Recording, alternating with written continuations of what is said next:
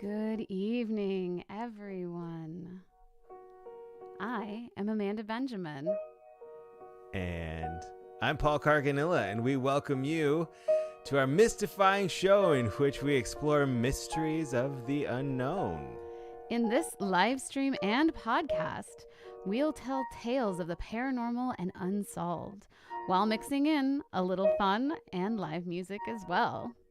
And tonight in our second episode, we will explore the puzzling and cryptic topic of ghost stories.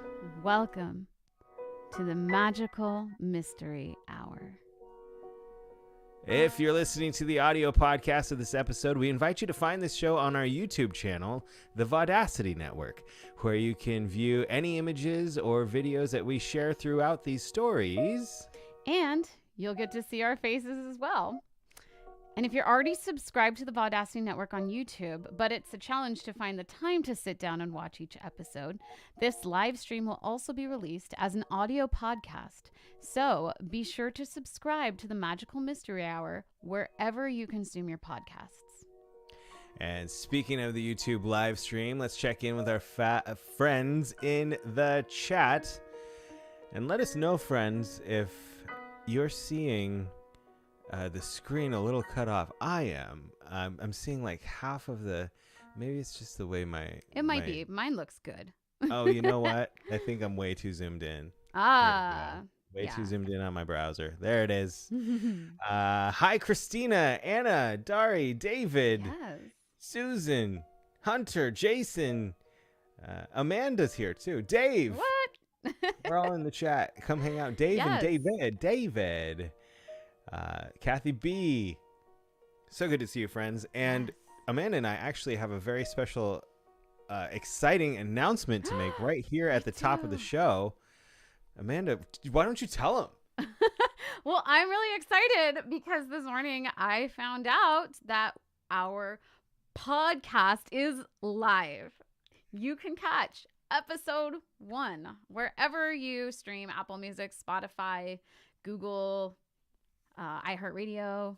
That's right. We launched our podcast version of the show this morning. So check it out. I mean, if you heard our first episode or you watched the first episode live stream, if you didn't, you can find it on the podcast while you're driving to work. Mm-hmm.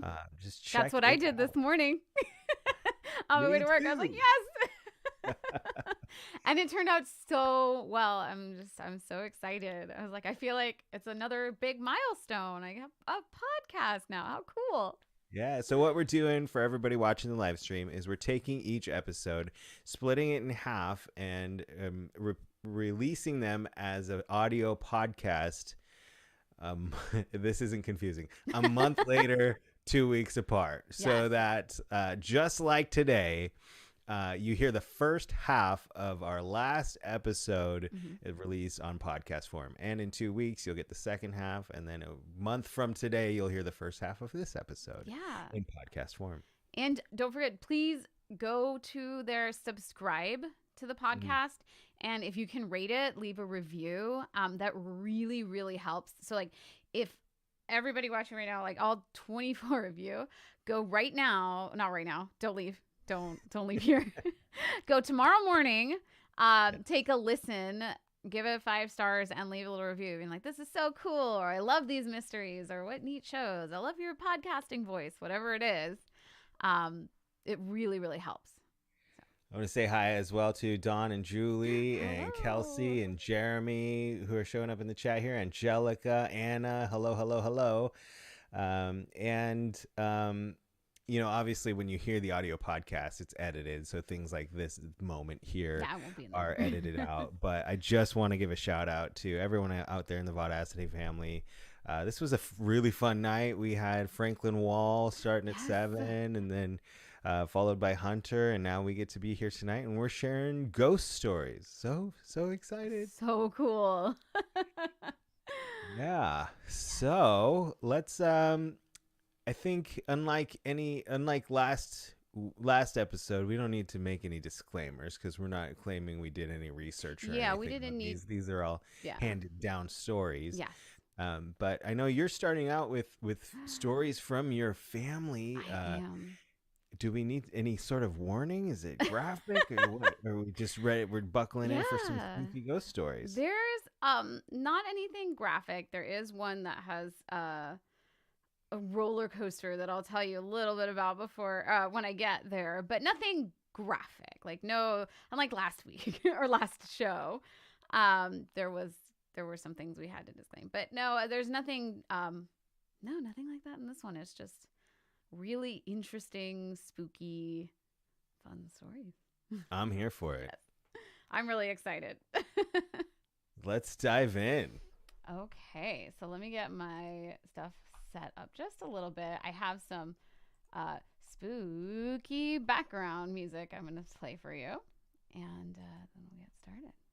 So here we go. You guys can let me know in the chat, and if somebody wants to Facebook message me if the music, but we tested all the music before, so hopefully it's not too loud. But here we go. So I'm going to tell, I believe, 6 stories, and we'll pause between them to discuss. Yeah, we're going to discuss all the stories we hear tonight, so we're excited. Yes. And also, this will not be our last ghost story episode. Mm-hmm. So if you missed the deadline, if you've got a personal, anything that you experienced that you if you're watching this episode and you decide I want to share my story in the future, keep an eye and ear on this show, and next time we do a shout out for to solicit some stories, make sure you jump on it. Do it. This is really cool. All right, so here we go. Many of our viewers and listeners know that my family comes from Mexico. They lived there for generations, long before California even existed. My grandma's family came from Guanajuato, which is claimed to be the most beautiful city in Mexico. It's the birthplace of the brilliant artist Diego Rivera, and it's known for music, art, and film festivals. It's also known as the land of legends, due to the residents' infatuation with the supernatural. There are several well-known ghost stories from Guanajuato, but my favorite is the legend of the Princess of Bufa. She was once a woman, but she was cursed and became a phantom. Now she desires nothing more than to be a full human once again. Every week, on a Thursday, she stops male travelers on their way into the city and asks to be carried to the Basilica of Guanajuato. She informs the chosen person that if she can pray at the altar, she can break the spell. The man who helps her will receive abundant riches beyond his imagination. But this task is not without its challenges. He will have his physical strength and his will tested. Now, some difficulties happen. When he carries her into the city, he walks down crowded streets. It's a normal day. It's said that he will hear eerie voices and sounds all around him, and he has to ignore them. If he can walk without turning his face and without embarrassment all the way to the altar, he will be rewarded, and the princess will be freed from her affliction.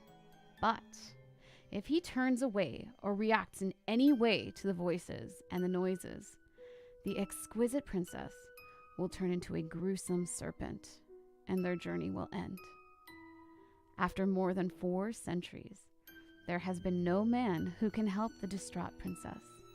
It is said that she is still seeking her humanity to this very day. That is the story of the Princess of Bufa. Bufa. Yes. Well, I love that story. I love it too. But so my question is, do the gentleman callers, are they prepped? Are they briefed on what the challenge is, or they? Yeah, she talks to them and she tells them, you have to do this, right? So, yeah, and people have said it's happened. Now, whether, it's up to you whether or not you believe them. But the story has been, like I said, for more than 4 centuries, the story has been repeated and repeated and People have said that it happens, but nobody's been able to complete the task. Wow. Well, I would be interested to hear like from anyone who has attempted it. Like, I know. did it feel like you were carrying a person, or was it just like a heavy energy, or what if you stayed focused on her, or like, and what would happen when they lost their focus? She turns into a serpent. But what happens to the person who was carrying her? There's not been like a specified. I don't think she just turns into a serpent and leaves, as far as I can tell. For some reason, that part of the story was kind of like, but yeah, They've lived to tell the story. Yes, they do. Okay, it's not like, so when I tell my kids, when my kids ask me to tell them a story, I just make one up. It always ends with, and then the snake came along and ate them. Like, that is just, and they hate it, and that's why I do it. But at least you could tell them that. Who knows? It's not what happened to this gentleman. These gentlemen. Yes. Who attempt the journey. Yes. All right. Hunter says, "Oh, I attempted it. You wouldn't believe what she wanted me to do for singles. I failed." Oh, Hunter. Yes, and David mentioned this is actually very similar to the story of Orpheus. If you know the legend of Orpheus, it is somewhat similar. It is different, but it has similar elements. Yeah, I feel like it's kind of a metaphor for goals in life. It's true. Like, you have to stay focused and, don't give in to the doubt and the disbelief and what other people say. Distractions. Yeah. You'll never get to what you want if you just it's true. let yourself go off the path. Yeah. I love that. Me too. Okay, well, I'll continue with my stories. With this, you can see that I have a love of all that is mystical, coursing through my veins and in every beat of my heart. And it appears that this sensitivity to the supernatural actually runs in my family. So I'm going to tell you a few, like I said, several stories from my family. And my oldest story happened in the mid-1800s in Guanajuato. My great-great-uncle Marcos was only 14. He had been diagnosed with tongue cancer.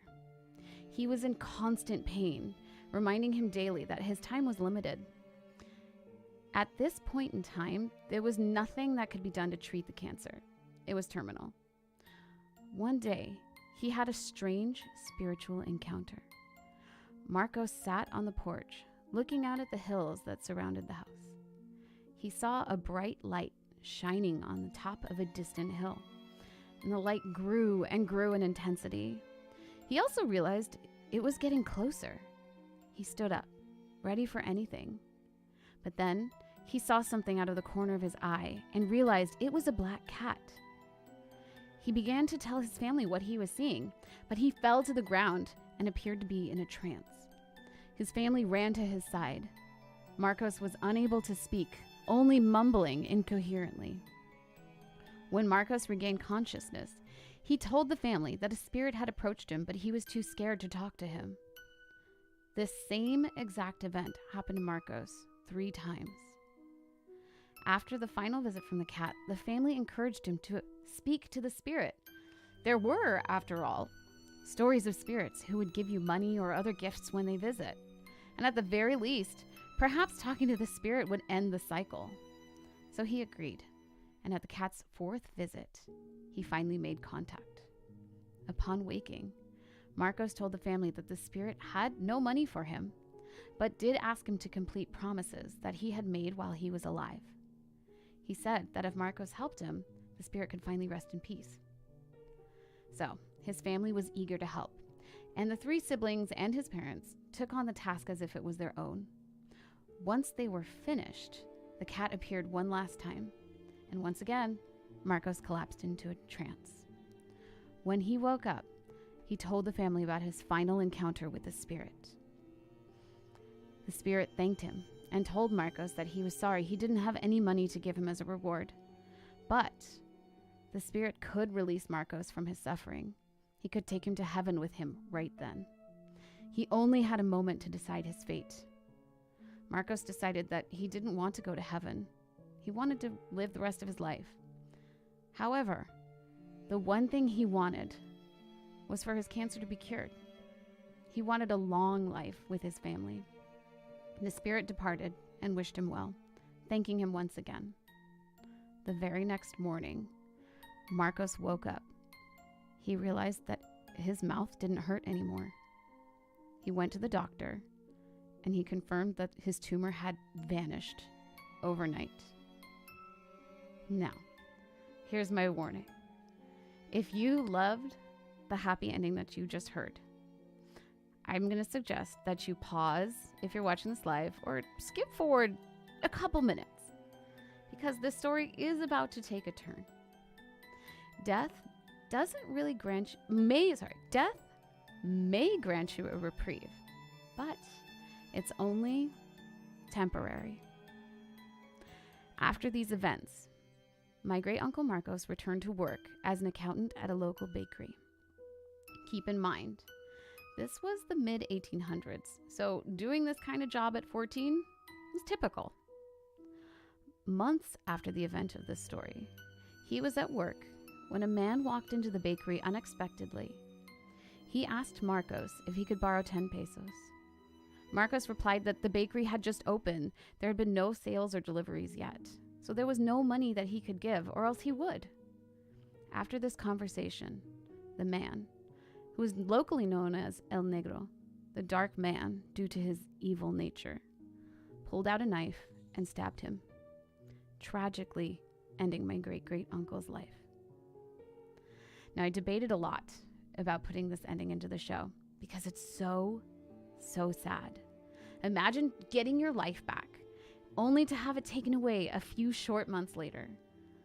I imagine the family's sorrow. But then again, he was given the gift of life. Maybe it was only a few months, but it was a few months longer than he probably would have had with his cancer. And while it seems unfair, he was able to live out his remaining days pain-free and happy with his family. And in the end, isn't that what anyone would want if you had to make that choice? So, if you paused or skipped, welcome back. That's some Final Destination stuff right there. Right? I could not believe that. It seems like a movie. You're like, that cannot be real. But that really happened. My great-great-grandma told the story. His sister told the story. My great uncles all know the story. Everybody, it happened. Like, there's not one person there that went, oh no, that didn't happen. That was just, no. Everybody is like, no, it happened. We were all there.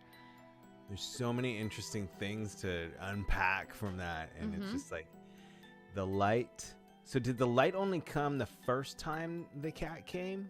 Or did the light and the cat, were they together always? So that part, I believe it was together always. Although I'm not 100% sure because it's, stories that are passed down. But everything, as I know the story, everything happened in the same sequence each time. So you see the light, the cat comes, and then...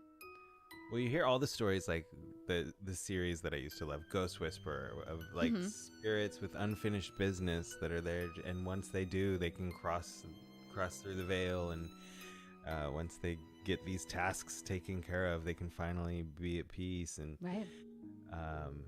Gosh, I've never heard like one like so firsthand from another family member before. And it's also interesting, like when you hear near-death experiences and how when people are so close to heaven and feeling the light of heaven, like they don't want to go back to earth. They just want to go to heaven. And so that's interesting that like in the mid 1800s, like someone was offered, you want to come with me to heaven or stay here? I know. And he was like, I want to stay here. Yeah. In Guanajuato and be a baker's accountant rather than go to heaven. I know. But yeah. Well, and then the other stuff. I know. I said it's sad, but at the same time, so you get to live your life just like it was normal for, a little longer. Every day is a roll of the dice. It really is. Okay. Well, we'll keep going. So, I'm going to move on to stories from my grandparents. Now, my grandma would often regale me with ghost stories throughout her life. There was a time that she looked outside and the lawnmower was moving around the backyard all by itself. And there was times that doors would open on their own, or that electronics might turn themselves on and off. But this story has always stood out to me. Now, my grandparents had an active social life. They both had very large family and a lot of friends, so they always had parties to attend, dinners to go out to, and this could be difficult with 3 young children. This particular night, the person who was going to watch the children backed out at the last minute. So my grandma started looking through her phone book for somebody who might be free. Suddenly, she heard an unexpected knock on the door. When she opened the door, she found a young girl on the other side who explained that my grandpa had called her about babysitting for the night. My grandma was confused. She didn't recognize the girl, but she thought maybe she was the daughter of somebody he worked with. So she decided it's a good idea to call my grandpa to confirm, but she was relieved that the situation had at least been dealt with. So the girl entered the house into the entryway, and my grandma called my grandpa at work. Unfortunately, he had already left, but she was sure he'd be home soon. The girl asked if she could use the bathroom while they waited. Of course, my grandma said. She waited where she could keep an eye out for her, and shortly after, my grandpa returned from work. My grandma immediately asked him about the babysitter, and he replied, "What babysitter?" They took a moment, and they realized there's an intruder in the house. So they ran to the bathroom, which was still locked. My grandma shouted into the door as my grandpa tried to get it open. Eventually, the door just opened, as if it had never been locked at all. As they entered the previously locked and windowless room, they found it to be completely empty. What had happened to the girl? She seemingly vanished into thin air. They were never able to explain what had happened that night.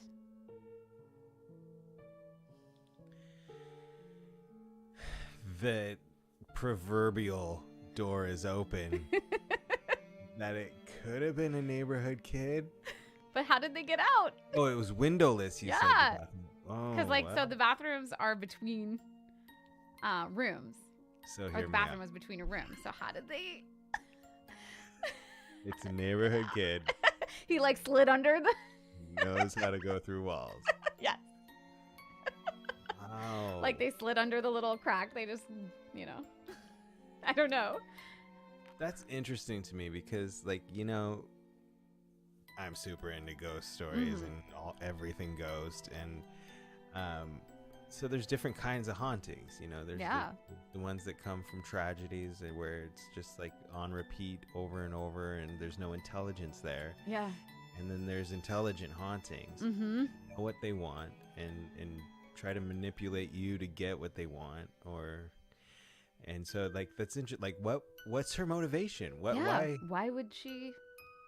Maybe she was a teen who was a babysitter, died in a car accident or something and just wanted to keep helping. Yeah, maybe. I wish we knew more. She's like, here's my shot. This old lady's here alone. Babysit. Spoiled again. Down the toilet I go. Oh no, it's Moaning Myrtle. That'd be a way out. Oh man. Oh. All right. Yes, I love that story. Now, my grandfather also had some scary experiences. He said that sometimes glasses would move on their own or that he would hear inexplicable sounds. But this one tops the cake. Now, my grandparents, they were so sweet and they were so in love. And one thing that I remember, my grandma would tell me that in the wintertime, my grandpa would wake up early, even though he worked later than my grandma. And he would warm up her car in the driveway so it would be warm and ready to go whenever she was. So cute. So this story must have taken place in a warmer time of year because my grandpa woke up one morning and my grandma was still in bed. He could hear her next to him. He could feel her breathing. So he looked at the clock and saw that my grandma was supposed to be to work in less than 5 minutes. He yelled out, "Dolores, you're going to be late for work." He hopped out of bed, went to the mirror, turned back around to make sure she was awake, and there was no one in the bed. How'd she get up so fast, he thought. Where'd she go? Dolores? He called out her name, but no one answered. And this is a small house, so he knew that she would hear him. Was it just a dream, he thought? Maybe I'm still half asleep. And one thing to note about this house is that it's an L shape. This way. Actually, well, okay, let's see. It's actually, I guess not an L, it's like a U. So you have the kitchen and, the living room, the kitchen, and then hallways, and then the bedroom. Yeah, it's kind of a U-ish shape. It doesn't quite go all the way, but it's got a crown a corner. The reason that I say this is because from the bedroom, you can look out the window and into the living room and the kitchen. So, movement caught his eye. And when he turned to face the living room, there was a woman standing right in the middle of the room.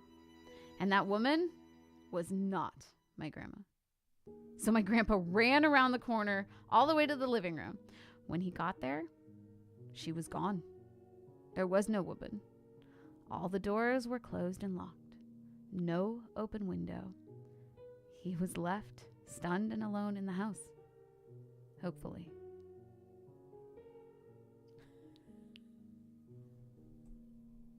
Was it the grown-up babysitter? Baby!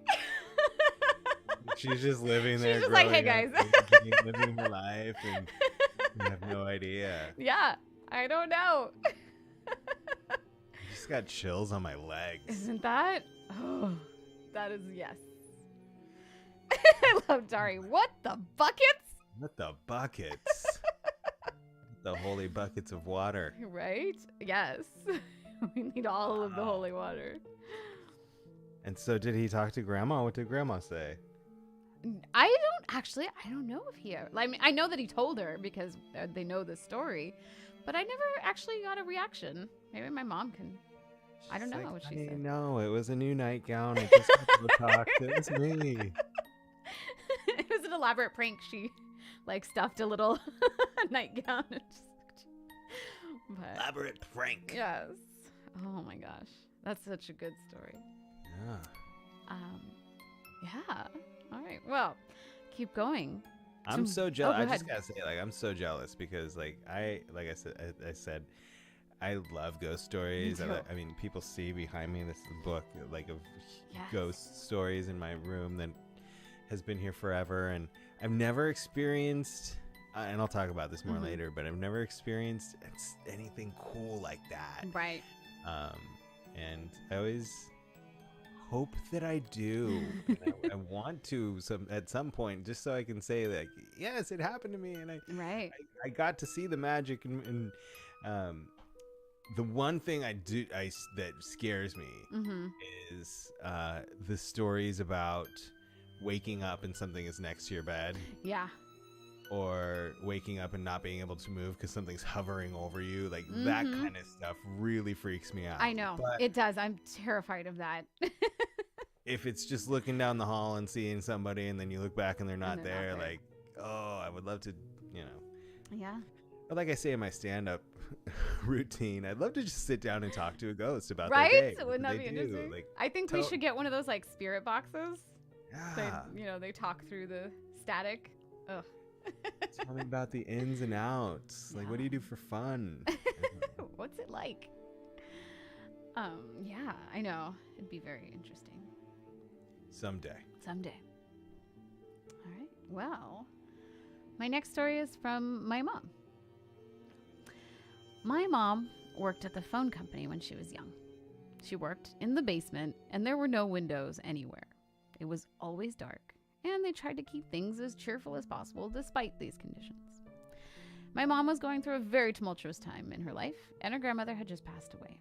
So one day, during work, she had a massive headache, and during her break, she decided to take her 15 minutes in the quiet room that they provided. I thought your face would do that. Were there padded walls? No, the quiet room is what they called it. But it's basically just like a nap room. And I asked my mom why they had that kind of room. I was like, why would they do that? And she said, people work 24 hours a day. Yeah. So they needed to have rooms that they could rest in, either, to sleep if they had worked a really long shift and couldn't go home, to nap if it's certain times. And I was like, okay, well, that makes sense. Yeah, we had one when I was working as a 911 dispatcher. So. Oh, yeah. Now I get it. Yeah. It wasn't a straight jacket crazy room. They just called it the quiet room. Chill. So in the quiet room, there were 2 cots. Hold on. My dogs are going crazy out there. I don't know if you guys can hear that. Or if Leo came in the room because your sound is so good. They're right outside the door playing. Anyways, going back. So she took her 15 minutes in the quiet room that they provided. She opened the door, peeked into the room, and it was blessedly empty. There were 2 cots to rest on, so she picked one, hoping the dark and the quiet would ease her pain. As she laid down on the bed, she started to think about her grandmother and became overwhelmed with guilt. Her grandmother had left her a ring, and she had recently lost it. Suddenly, my mom felt a weight on the edge of the bed. Then things escalated. She felt somebody jumping on the bed as she was lying in it. Scared, she called out the only thing she could think of. Hey, don't jump on the bed. I'm here. She got up and turned on the light, and there was no one there. Had she been asleep? No, she looked at the clock, and just about a minute had passed. Unsure of what to make of the experience, she left the room to return to her desk in shock and disbelief. Yeah. Yeah. Wow. Isn't that weird? Like, she kept saying, did I fall asleep? No, look at the time. Like, I couldn't have fallen asleep. No time has passed. Because she would tell her coworkers the same thing, and they would always say, you just fell asleep. And she's like, no, I didn't. It could have been monkeys jumping on the bed. I know. 5 little monkeys. Like, did she ever say, like, did it feel like a kid or... Because there's a difference. I don't know if you've ever been in a bed with a grown-ass man jumping up and down, but I went to Vegas once with a group of buddies, and okay. No, I won't talk about that. But, like, was it, like, did she feel like it was a youthful presence or, like, a kid, or was it, like, violent? Now, if my mom is in the chat, which I believe, yeah, she is. I mean, maybe she can answer that question. As I remember her telling me, and we just talked about this, but maybe I got it wrong. It was a weight. Like, it wasn't like a little light, person. It was a weight after that. Like, so to me, as I hear the story, I always thought it was a big adult person. But. Well, when I go to hotel rooms, I do that. Person. Yeah, and the other thing to think about too is it couldn't have been another coworker or anything, because it's completely pitch dark, because again, there's no windows. It's in the basement. So it can't be somebody walking in, because the room would have been flooded with light. You would know somebody walked in or out. Wow. I know. That's intense. Yeah. Ooh. Julie says, my mom said it felt like an adult. Also, Julie says, I felt somebody touch me on the side when I was at the Stanley Hotel and no one was near me. Do you want to go to the Stanley Hotel? That's on my bucket list. And it's funny, Diana Nicole mentioned, she said, hey, if you want to have contact with the ghost, go to the Queen Mary and stay in room B340. No, I know all those stories, and I actually am in my multitudes of free time. I like to just do some writing, and I actually, I was doing an outline for another Haunted Man movie, and it takes place on the Queen Mary. So I was doing a bunch of research on that room, and it's pretty gnarly. People report from that room on the Queen Mary, but yeah, I've stayed on the Queen Mary a couple of times, and yeah, nothing happened. Yeah. Dan Franklin has a really cool Queen Mary story, though. Maybe Dan Franklin will have to record a video for us next time. Yeah. All right. Well, now we're going to come to ghosties in your family. I know. And we're going to come to my final story. We're coming to my story. Now, I have a lot. Many of my ghost encounters happen in my dreams. Now, I know you're thinking, it's a dream. But it's so painfully obvious when a ghost appears in my dream. They're recognizable, but their faces are just a little distorted. They stare with far more intensity than a human can. And the rest of the dream continues around me, but the ghost and I just stand together. It's like we're out of place and out of time in my own dream. I've also had the classic experiences, such as unexplainable odors or a touch on my skin when there's nobody around. But this one just blew me away when I realized what was happening.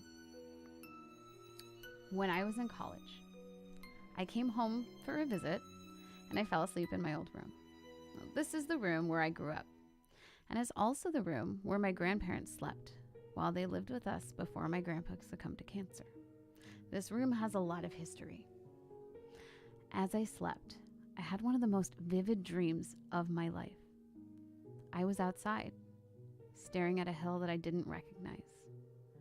I looked around to take in my surroundings. Everything was awash in moonlight. It was eerily beautiful. It seemed as if I was sitting in a work of art. I looked to my right, and I saw a hillside. It was very tall, and the moon loomed bright over it. As I stared up that hillside, I saw a bright light. Perhaps it was a shooting star. Should I make a wish? I thought. What could I possibly want on this beautiful night? As I watched the light, it grew brighter and brighter, and it began moving down the hillside. It got closer and closer to me. I felt anticipation as it approached, but not fear. As it enveloped me, I woke up, and when I opened my eyes, I could still see the bright light hovering in front of me, just as bright as it was in my dreams. What was it? I thought. How is this happening? Eventually, the light faded, and I managed to fall back to sleep. I couldn't explain what had happened, but the image had forever been ingrained in my mind. I can still see it to this day. I wouldn't hear the story of my great-great-uncle for a decade after this dream happened. My mom and I were chatting one night, very late during the beginning of the COVID-19 pandemic. And when I heard the story, my jaw dropped to the floor. I couldn't believe it, but her description of what my great-great-uncle Marcos saw was exactly my dream. And I realized that I had seen that part of the story, my great-great-uncle's story, through his eyes. The two of us connected in an intimate way without ever having met. I didn't even know he existed at this point in my life. I don't know whether he visited me in a dream or if I somehow managed to travel through time and space. I just don't know. Was it some kind of fluke in the timeline? I can't say. But in some way, we crossed a barrier into the unknown, and the cause will forever be a magical mystery. Wow. I got all the chills on that one. Wow. How's your tongue? It's good. It's good. Maybe a job at the bakery. I know, right? Don't get a job at the bakery. I know. I have always loved baking. That's another thing that runs in my family. There are many, many bakers and bakeries, and that's fascinating to me. I know we've talked about on, I don't know what show on this network, but meditation and how like anytime I like meditate, I have like an amazing experience, and then I still just don't do it on a regular basis. I know. I love meditating. But it reminds me of when I was introduced to it. I was doing a show at Moore Park College, and our director, the writer of the play, it was one act, and He was from Bosnia, and he came from a really spiritual background, and like his play that he wrote was about enlightenment. We were all different. Every member of the cast was a different aspect of his personality or his consciousness, and he had to become one with all of us one by one to get there. So he came from that kind of a background, and he led us in this meditation like in one rehearsal. And I kind of like when you were describing what you saw when you went outside, it was like very similar. I felt like I was in a painting, right? In like rolling hills as the sun was either setting or rising, and I could feel the wind, and it just felt like I was in a work of art. And then like in the distance, I saw, it wasn't a light, but I saw this figure coming toward me and come up over the hill, and he came straight up to me, and it was this little boy. And I could tell he was a little boy. I couldn't see his face, but he was there, and I could just feel he was there in love, and he was smiling at me. I could just feel it. And this was all just in just a meditation. Right. And he hands me this letter, and oh my gosh. I open it, and I can see that there are words on it, but I can't read it. And I think that's like a dream thing. Like one side of the brain reads and the other doesn't. And I looked at him and I said, I can't read this. I don't know what this says. Can you explain it to me? And he just like, he didn't speak, but like he said to me, like, you will. You will. And he just went back right up the hill from where he came, and he left. And like, I came out of the meditation just like sobbing. And like the cast thought I was being all dramatic, but I was just like, I just had the most amazing experience. And the director was just like, dude, I totally get it. Like, you don't have to tell us about it, but I get it. And I was just like, wow. So sorry, that was no, it's okay. Total side tangent. But like when you started to describe, I went out and I was in painting. Like, isn't that so interesting? And it's beautiful imagery. Yeah. And if I have, as I said, I think I mentioned that when I was talking about ghosts and dreams, they never talk. They don't talk. They just look, and I know what they're saying or what they mean, but they never talk. It's very strange. And I even have, maybe I'll save it for the next time, because I even had a similar but different meditation experience like that too. Let's talk about it. Yeah, it was really weird because I was meditating, and again, also for me, it was one of the first times that I was meditating. I think it might have been the first time, but I was meditating, and then suddenly I was laying down in my mind, I guess, laying down, and I opened my eyes, and there was a young woman standing over me, and she was looking at me and just kept saying, it's okay. It's okay. You can let go. It's okay. And I realized that she was talking to her mom. Like I was her mom in this, and she was saying, it's okay. You know, it's okay. You can let go. And I was like, oh my gosh. Like, and eventually I came out of the meditation, and I was like, what? What just happened? Does that mean you died in her world? I don't know. Who was I? It's very strange. Yeah, and that was like that was also one of the first times that I meditated. So going back to this last story that you told, when you woke up and the light was in front of you, did you feel frozen? Did you feel... It was just, like I said, it wasn't fear. It was kind of an anticipation, like, what is this? And what's going to happen? Like, I just wanted to know. Like, so you didn't feel like you were a prisoner to it?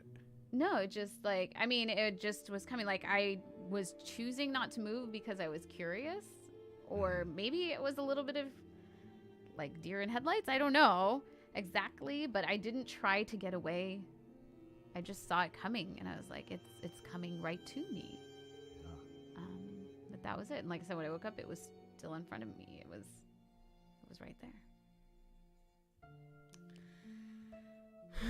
Super cool, man.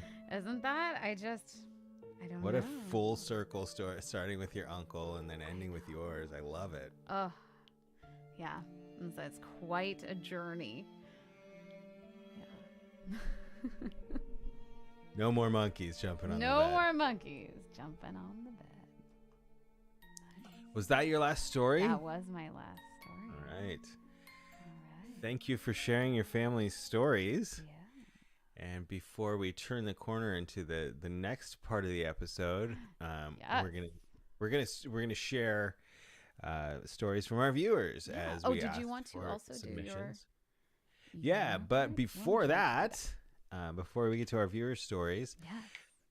I'm going to share some music. As this on the Magical Mystery Hour, we're mixing mysteries with music and a little bit of trying to tie them together.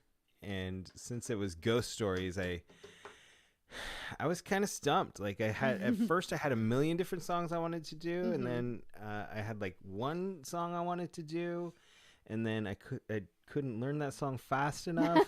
Yeah. So I was like, "What now?" And so just before the show, I decided to do a classic, and it's from a movie titled Ghost. And it is the quintessential song you think of when you think of this classic romantic film. You get visions of Swayze behind Demi and doing the pottery and forming the bowls. And I just hear this song, which was it always connected me to whenever I heard this song. It made me think of Ghost until I recently saw the Elvis movie, and now it's just that last performance of his is just singed in my mind now. And this is the classic Unchained Melody.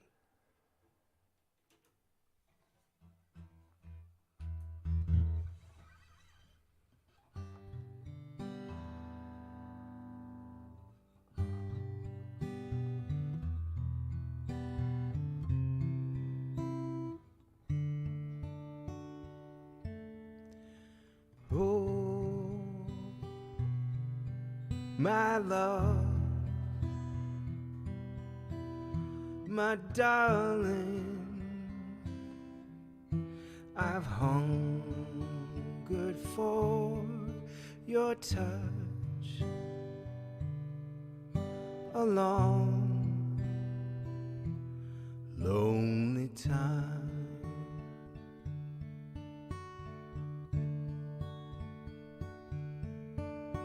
And time goes by so slowly, and time can do so much. Are you still mine?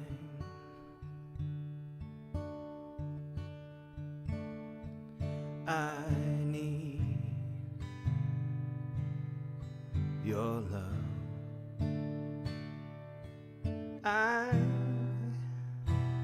I need your love. Godspeed your love to me.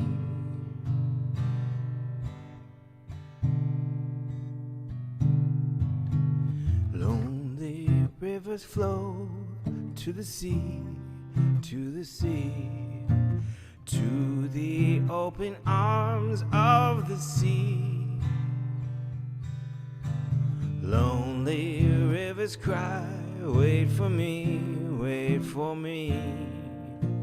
I'll be coming home, wait for me. Oh, my love, my darling, I've hungered for your touch a long, lonely time.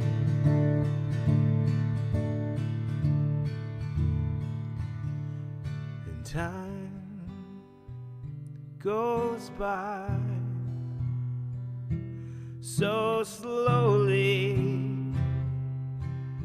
and time can do so much.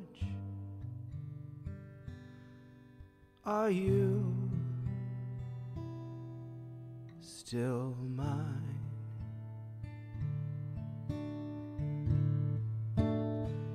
I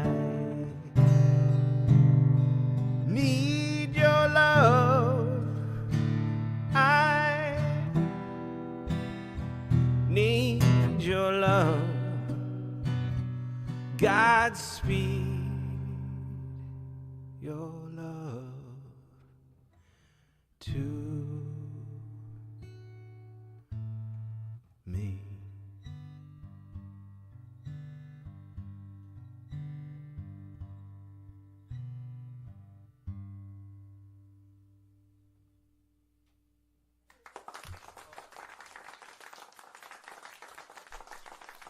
That was great. I love that. Thank you. It's always intimidating trying to take on a classic, but Right? Oh, I know. love that song and love singing it. Yeah. All right. Let Okay. me turn the corner here as we're going to before we get into the stories, let's talk about how anybody who's watching who wants to say thanks and support the show can do that. And there's a really easy way. There's our Venmo tip jars right there in front of you. Of course, the live stream is always free, but if you want to say a little thanks and support the podcast, you can certainly do that. And if you missed the start of the show, some very important, exciting news. We are now, our podcast has launched as of today. So you can find the Magical Mystery Hour audio podcast version on all the podcast platforms, podforms. It's there. And I wanted to offer to anybody out there, if you wanted to sponsor one of our audio podcast episodes, you can certainly do that. And we will, on the audio podcast, name you as a sponsor and thank you on the podcast for sponsoring that episode. And you wouldn't believe it, but all that takes is a simple, just a nice, easy $10. For $10, you can sponsor a audio podcast episode. And as I mentioned, we will thank you. We will name you as a sponsor, and we appreciate your support. Just send me a Venmo and tell me that you want to sponsor an episode, and we're going to make it happen.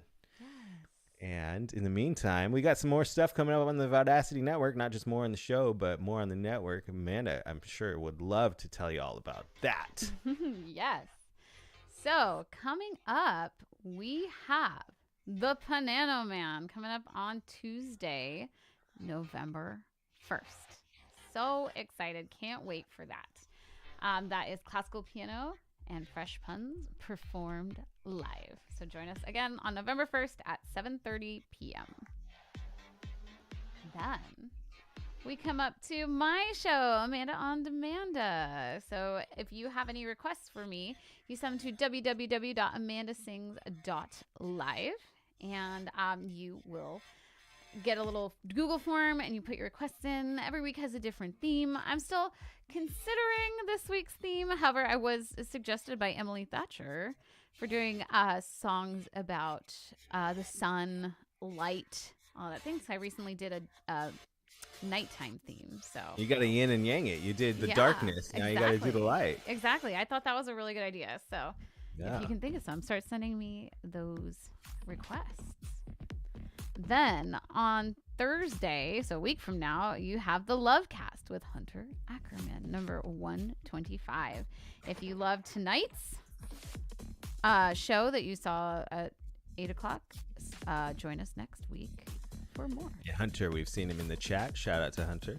Yeah. Great show earlier today. Yeah, great show. And then looking a little further into the future, it's Polly's Picnic Cruise. Okay, that's going to be the March 31st to April 3rd, 2023. So start getting your ticket now to get the best price and best room, the best of everything. Talk to Anna Gianavola for more details. Tanakis is checking out for the evening. It is getting late already. Yes. Thank you for tuning in, Tanakis, and subscribing. He says, I just subscribed. So Subscribe. Follow Tanakis' lead. Tanakis' lead. Wherever you listen to podcasts, find this show. And why wouldn't you? Yeah. Subscribe and write a nice Subscribe review for here your friend. and on your podcasts, right? Yes, of Subscribe course, on the YouTubes everywhere. as well. I haven't even liked the YouTube video. Let me do that right now. Do that right now. Boom. Thumbs up. I didn't get Awesome. any fun colors or anything. But Aw, yeah, a lot of times it does it. Wait, Oh, that's not it. Where is it? There we go. Don't forget. Nicole to just like followed and on subscribe. Spotify. Thanks, Nicole. Yes.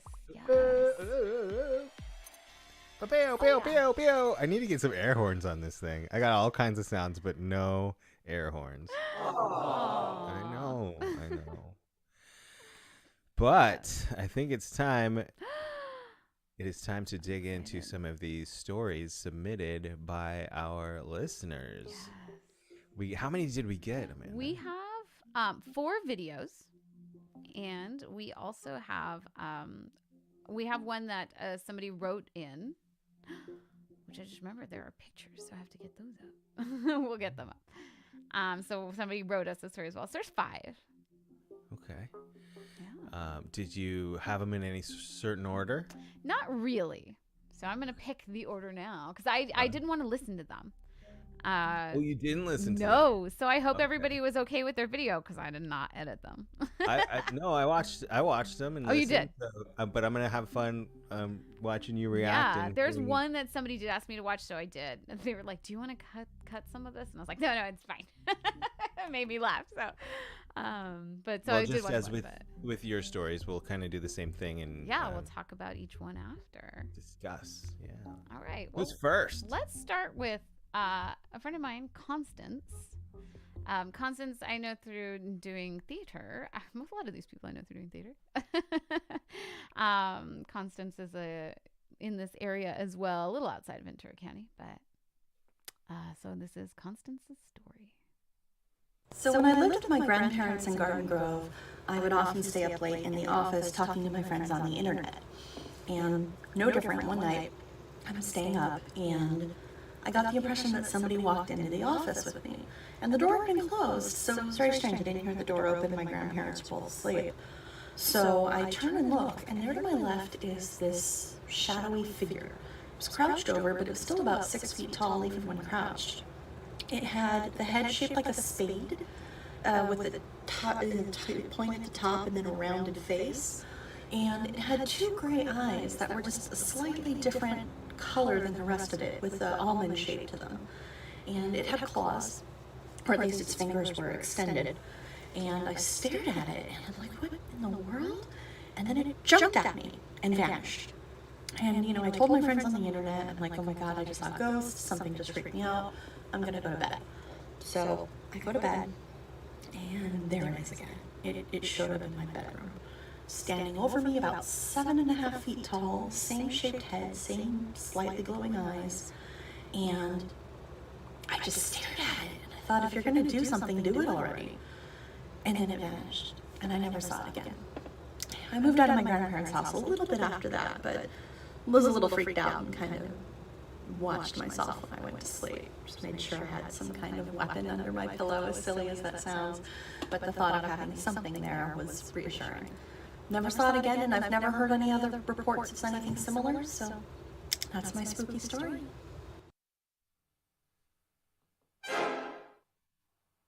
I am so shocked. Nope on a rope. Oh my God. Or he says on the... Oh, that was, okay. Dory. Oh my God. Let me amend my statement earlier where, I really want to have a nice ghost experience. I don't want a demon experience. No, or a shadow person that would experience. 100% sounded like a demon. That was terrifying. Wow. Oh my God. Yeah. Nicole says her sister had a similar situation when they rented a place. Oh, Nicole. Okay, next time get your sister or you can tell the story for our next show because I want to hear it. She was very specific about 7.5 feet tall. Yeah, that is very specific. Head like a spade. A spade eyes and gray eyes. Claws. And claws. I would have died. I think I would have had a heart attack. All right, it's one thing if you experience it in one room of the house and then you're like, I'm gonna go to bed, and then it's in your bed waiting. No, I know. Nightmare. I'm never gonna sleep tonight, by the way. That is a common thing with, and this is one thing that I have experienced, is just suddenly feeling like you're not alone in a room. Yes. That is something that is just human instinct, and you can't write off. Mm-mm. If you feel another energy watching you or just present, that's something that I have felt, and that's something to not take lightly. Yeah. Woo. I definitely am feeling anxiety from that story. Oof. Wow. And Halika's here. Hi, Angelica. Thanks for tuning in. Hi. 2 nights in a row, I get to see your lovely face, even if it's just on your Just a little dot. We'll go there. Wow, Constance. That was an incredible story. Like I said, blown away. Yeah, I 100% think that that's demonic. I don't play with that. I'm so glad there's never been another instance because, wow. I hope somebody got some holy water. Yeah. I don't know what grandma's doing there in that house, but I know. Maybe she needs to put the Ouija board away. Oh, Ouija boards. I know. Right. Is it like previously owned by like a satanic cult, maybe? Never know what kind of energy left an imprint there. Scary. Okay. Well, let's go on to my friends, Katie and Megan. So several of you guys have probably seen Katie and Megan on my show. They're both excellent singers, and they're just wonderful humans. I love being their friend. And it's funny because I knew Katie because Katie moved out here. They both live in Connecticut now. That's where they're from. But Katie moved out here for a little while, and we sang together and became friends. And then eventually just kind of like became friends with Megan, even though we've only met in person like a couple times. We still like text each other, and we have like a group chat with all three of us. So just so happy to be able to know both of them. And they said that they have a story that they wanted to tell us. And so they sent in this video that I'm also excited to hear. So here we go. This is Katie and Megan. Hi, I'm Katie, and this is my sister, Megan. You probably have seen us singing with Amanda. We have a spooky story for you. So this is a true story, actually. Yes, we do. Okay, so this is a true story. Our mom grew up, well, she lived in Connecticut, where we currently live, and Connecticut's pretty haunted because it's old, colonial, and like, a lot of bad stuff happened here thanks to the colonists, but we'll talk about that another time.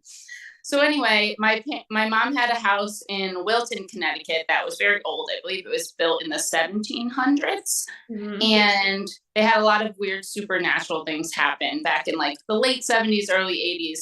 Like cabinets would open and close, and water faucets would turn on by themselves and that kind of thing. And it was sort of harmless, like typical ghost hijinks.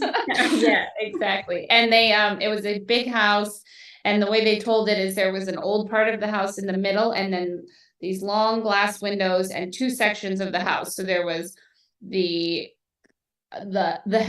downstairs staff section, which is where my mom and her sister slept, and then there was the other side of the house, which is where our grandparents slept, in the main bedroom.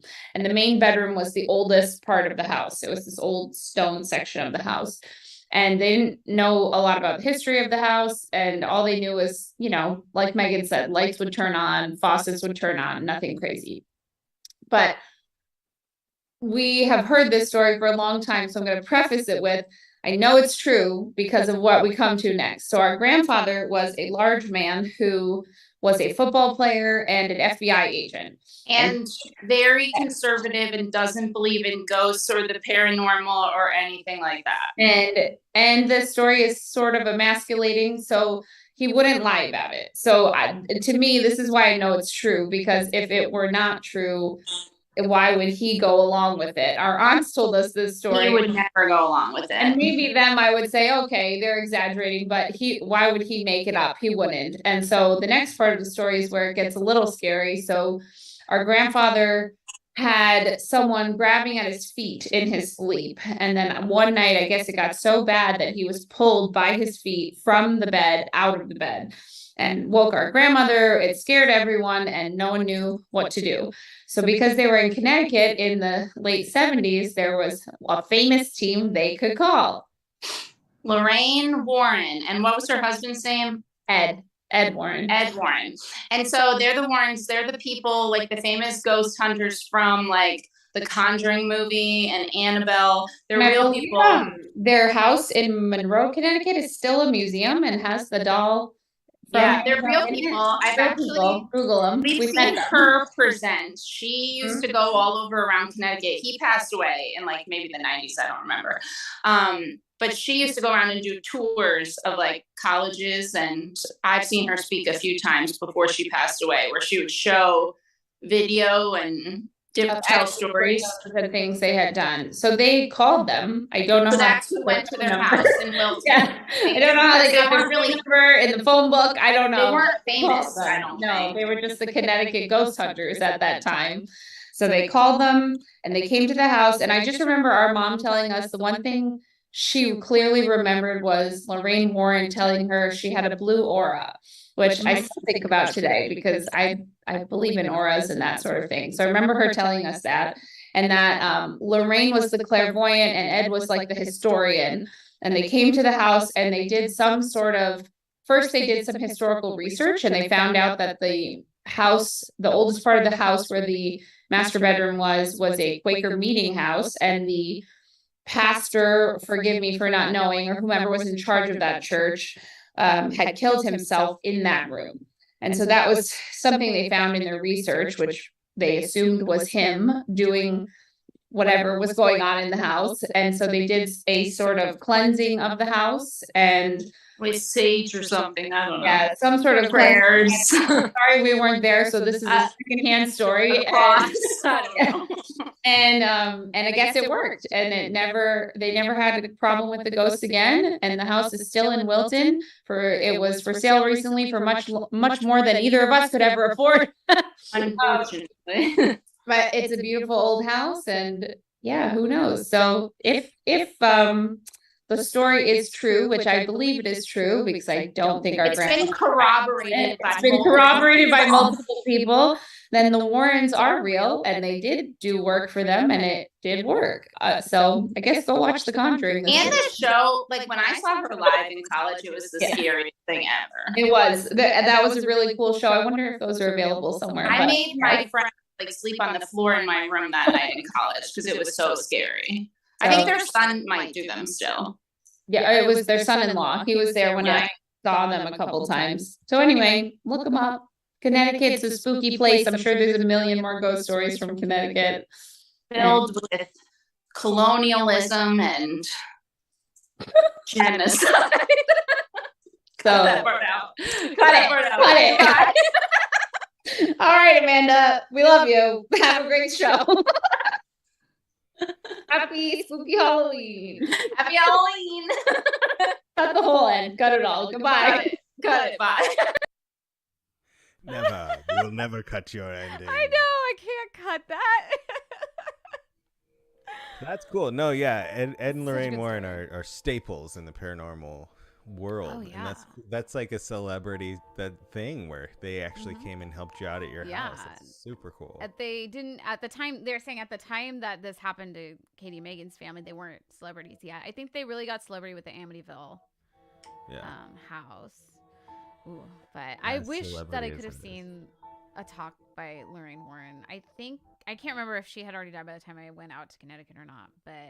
And I'm really bummed because I looked it up and they have a museum where they keep the Annabelle doll, but they actually closed it. It's run by their son-in-law, but they closed it because too many people were coming in and parking and taking up the whole street. So all the neighborhood were complaining, and they shut them down. I was like, oh man. Well, at least we know Annabelle is safe from tomato soup. Except that now she's on the move. Because they're doing not a lecture, but kind of like a display so people can see it. So they have all kinds of their stuff displayed, and Annabelle is out. She's in like a layered box, and there's a priest like with her at all times, and it's crazy. Yeah. They're taking all the precautions, they say. Take her out in the middle of the Atlantic and sink her. Sink her, yeah. Get rid of her. Put her in a mummified mummy box and drop her down with a ship. Yeah.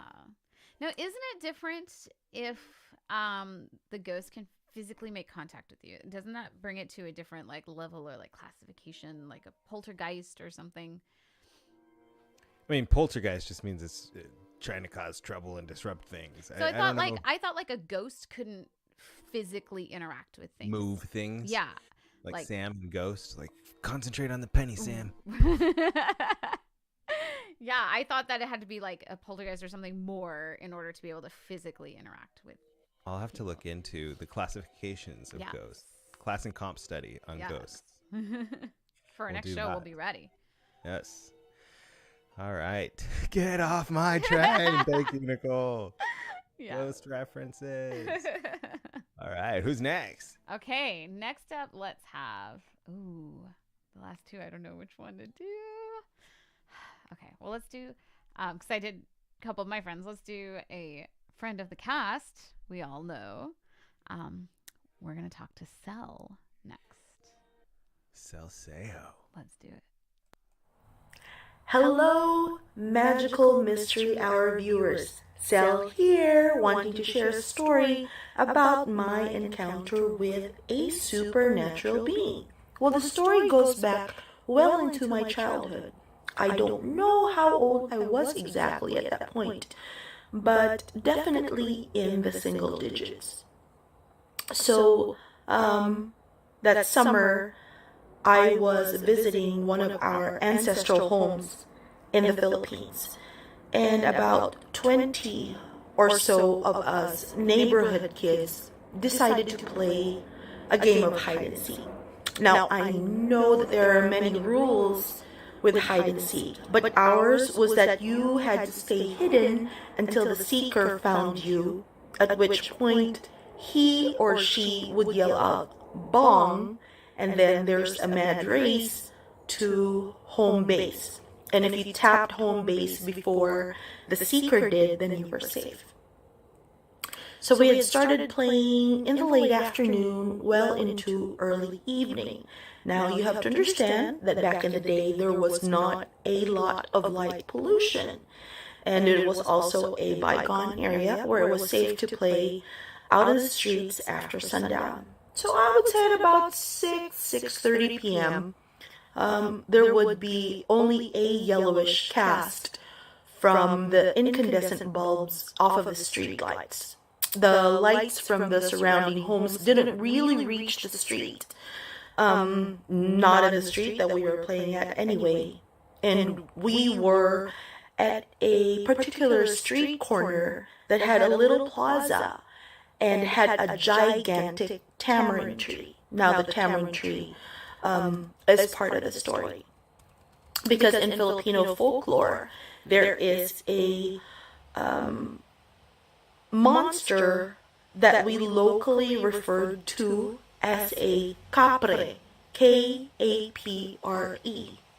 It has a different name in other regions in the Philippines, but locally it was called a capre. It was a humanoid being.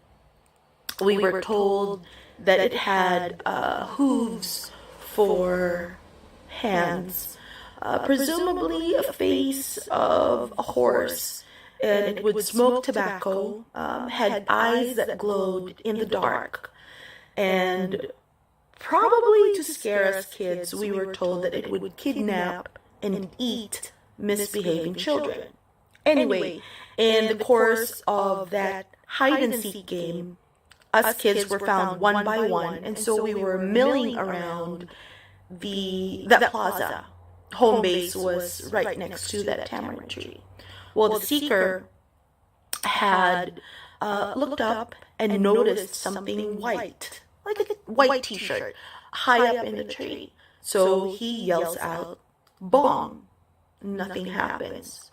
He yells out, "Bong," again. Still nothing happened. So at that point, the kids, us kids, were yelling up to the tree, "Come down, you've been found." And still nothing happened. So we did a head count and found that everyone was present and accounted for. So we very fearfully looked at each other and whispered, "Capre," and made a mad dash towards our own homes. I myself went to the dirty kitchen area where all the maids were because I didn't want to be alone the rest of the evening.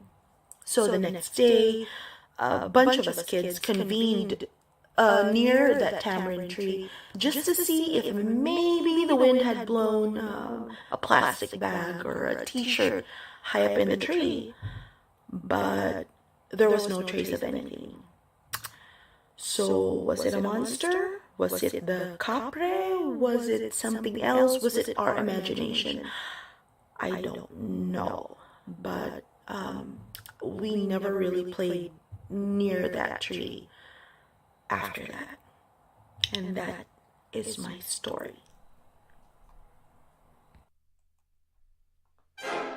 Wow. You know, it's nighttime and it looks like a white T-shirt up there. Could it have been like some sort of? I'm horrible at knowing like wildlife and like what region. I don't know if big white Harry Potter owls are common in the Philippines I or have no idea. egrets. I don't. Yeah, admittedly, I don't know much about wildlife in the Philippines. How different is it than here? I don't know. That is one thing I always take note of though in ghost stories is shared experiences. Mm-hmm. Like it's one thing to like experience something, but if like a group experiences it and everybody has kind of the same account, Yeah, like that's something pretty cool. Yeah. But yeah, also, what an experience. There's like throughout history, how many monsters have been created by parents that eat misbehaving children, and you shouldn't stay out after dark, kind of a thing. I know. Yeah. But I mean, I love the idea of it. I know. There's a neat story. I listen, to ghost stories, watch them and all that. And there's something that reminded me of it, but different. And I can't remember because, I was kind of listening to it while I was driving, so I absorbed it. But there are details now that are gone. But it's in South America somewhere, and they have chinecas, and they're like little spirits, and it's very similar in that, like, they're talking about how they play, especially like a lot of them are children, and they'll like play with you. So it's interesting that it might have been some kind of a spirit that was trying to play hide and seek too. Yeah. Different regions of the world have things. I think I heard something about somewhere in Ireland where they'll have little like 2-foot men that come out of the side of the road, bald men that run back in if you're supposed to expect something bad to happen to you. I don't know. Oh, it's like the Mothman. It's interesting. Maybe we should do an episode on like different regions of the world and different chupacabras that they have. Yes. We should do it. Yes. All right. So there's one more, huh? Yeah. Oh, I'm thinking since we have the written one, let's do the written one and then we'll do the last video. Up to you. Let's do that. Let me get these pictures up. And okay, and I will get the text up on my phone and read this. Give me 1 second, because I was not thinking, like, if I had been smart, I'd have been like, I'll just download it all and I'll put it all into OBS. But if you had been smart. If I had been smart. So this story comes from Dari Mills. Oh. Yes. And Dari says, I have a handful of ghost stories, but the one with documentation is this. It's 2018 Queen Mary. We were on a normal tour in the daytime after a cruise on Carnival. As soon as we got there, we were waiting for the elevator and I heard a child laughing and there was no child there. I had a little dangling Funko Pop on my mini backpack. I heard feet running closer and I looked in the mirror and saw my Funko Pop being pulled and I saw no one there. And then I heard the footsteps recede. Later, we went up to the old racks where the German soldiers stayed, and in front of me were 3 orbs, and one ran through me, and then I caught one on a photo. Later, the guide was talking about Winston Churchill, and I looked at my phone, And I didn't even take this second photo that we'll see in a sec. But you can see a silhouette of a man and a cigar lit. So that's my story. And here are 2 photos. So let me look and see. I'm going to bring this over. I'm going to have to position it, so it's going to look weird for a few seconds. So hang on. We're hanging. Yes. Hang on a moment. Okay. Hang on. Desperate for changing. Yes. I love that you got it. Okay. Fine. It's not letting me do it that way. So I like that song. Okay. So here is, oh, come on. That's what I'm talking about earlier when I was talking to Craig and Paul. Windows rearranging for me. And it's not what you want. It's not what I want. So you can see there's little arrows pointing to the little orbs there. Circle around the orb. Yeah. Yeah. All right. So that's the orb that Daria was talking about. And then, let's see. It's a hot Okay, looking this orb. is a little hard to see. Okay, but if your eyes adjust, you're going to see, let's see, yeah, you can see my mouth. There's a shoulder going up around the head at the top, comes back down.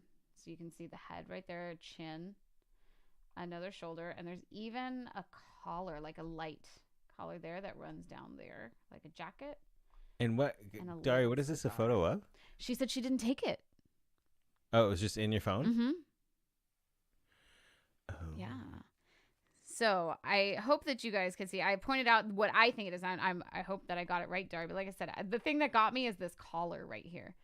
This white. It's like a t-shirt I can see it. collar like this.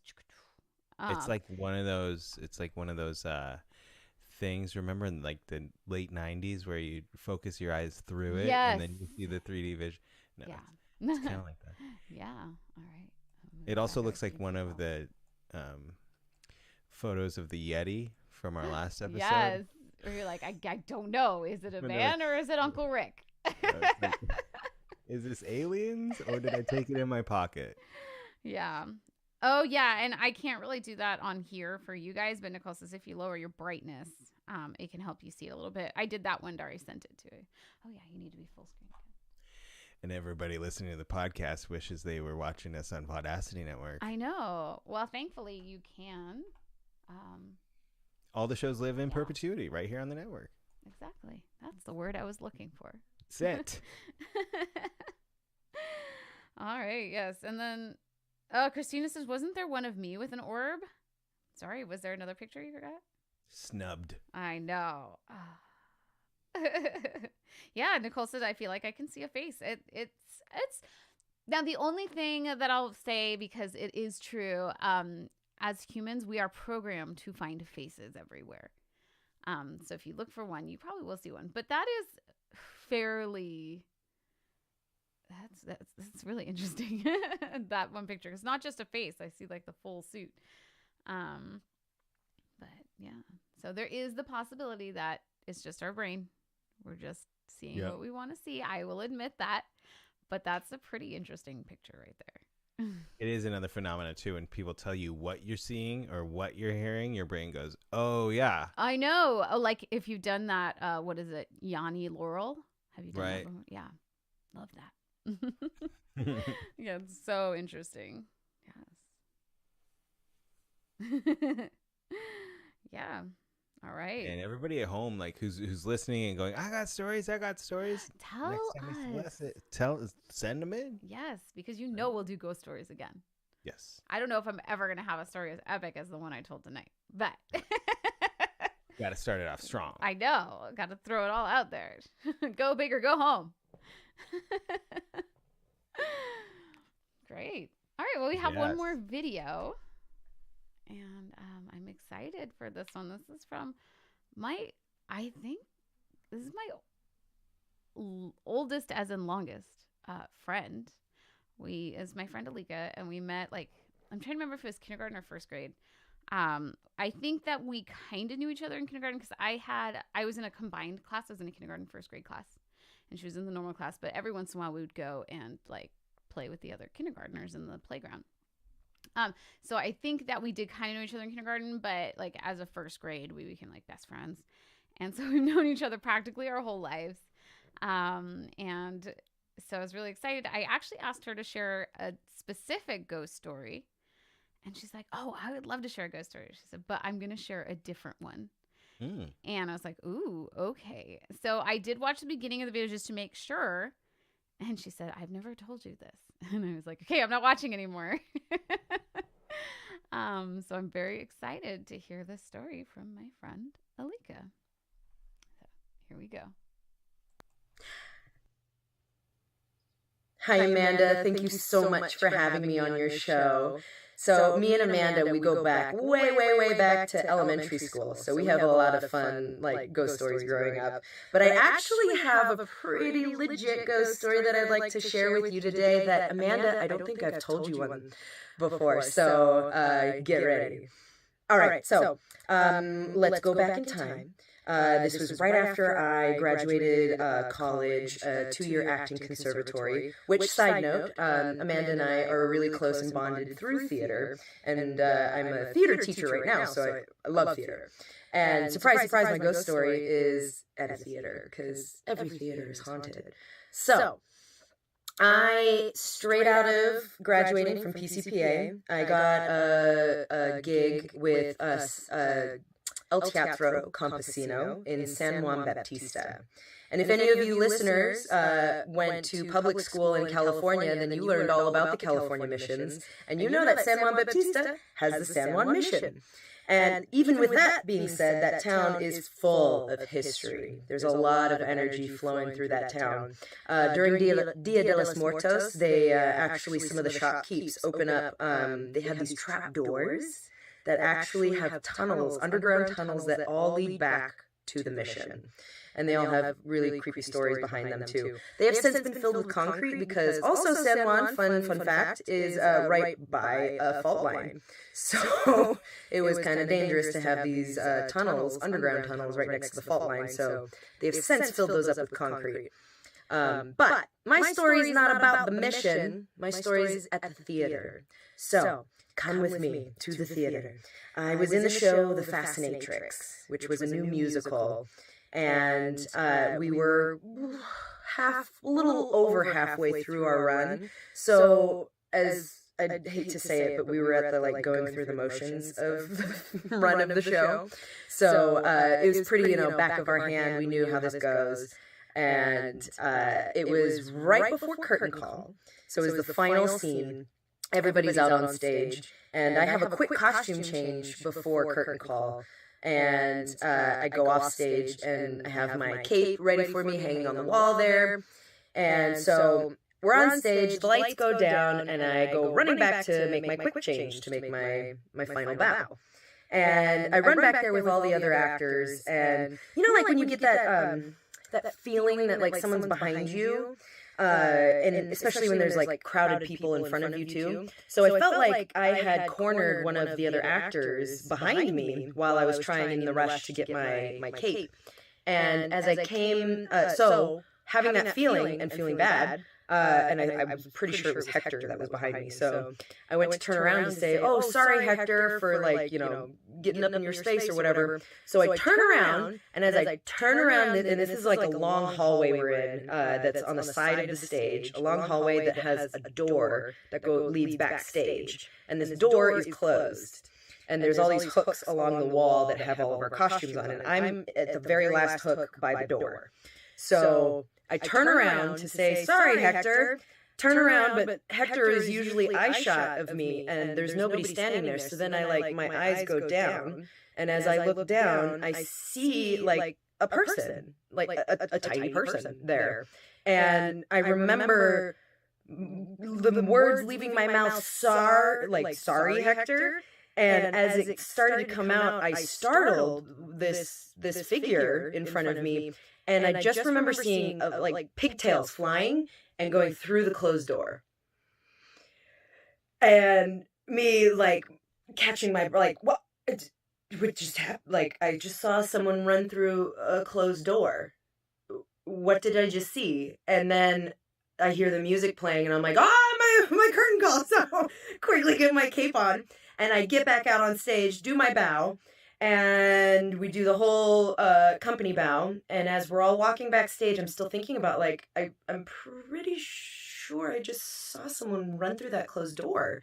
It was really weighing on me now too. And I'm like, did I really see this thing? I don't know, because if any of you have ever been on stage, you see, you know, there's like the spots on in your periphery that happen from the bright lights and things like that. So in the back of my mind, I'm like, maybe I was just seeing things or something, but I couldn't stop thinking about it. So I had to say something. We're in the dressing room, and I am getting back into my street clothes, and I can't keep quiet anymore. So I turn around and I go, "Hey, ladies, I think I saw a ghost tonight."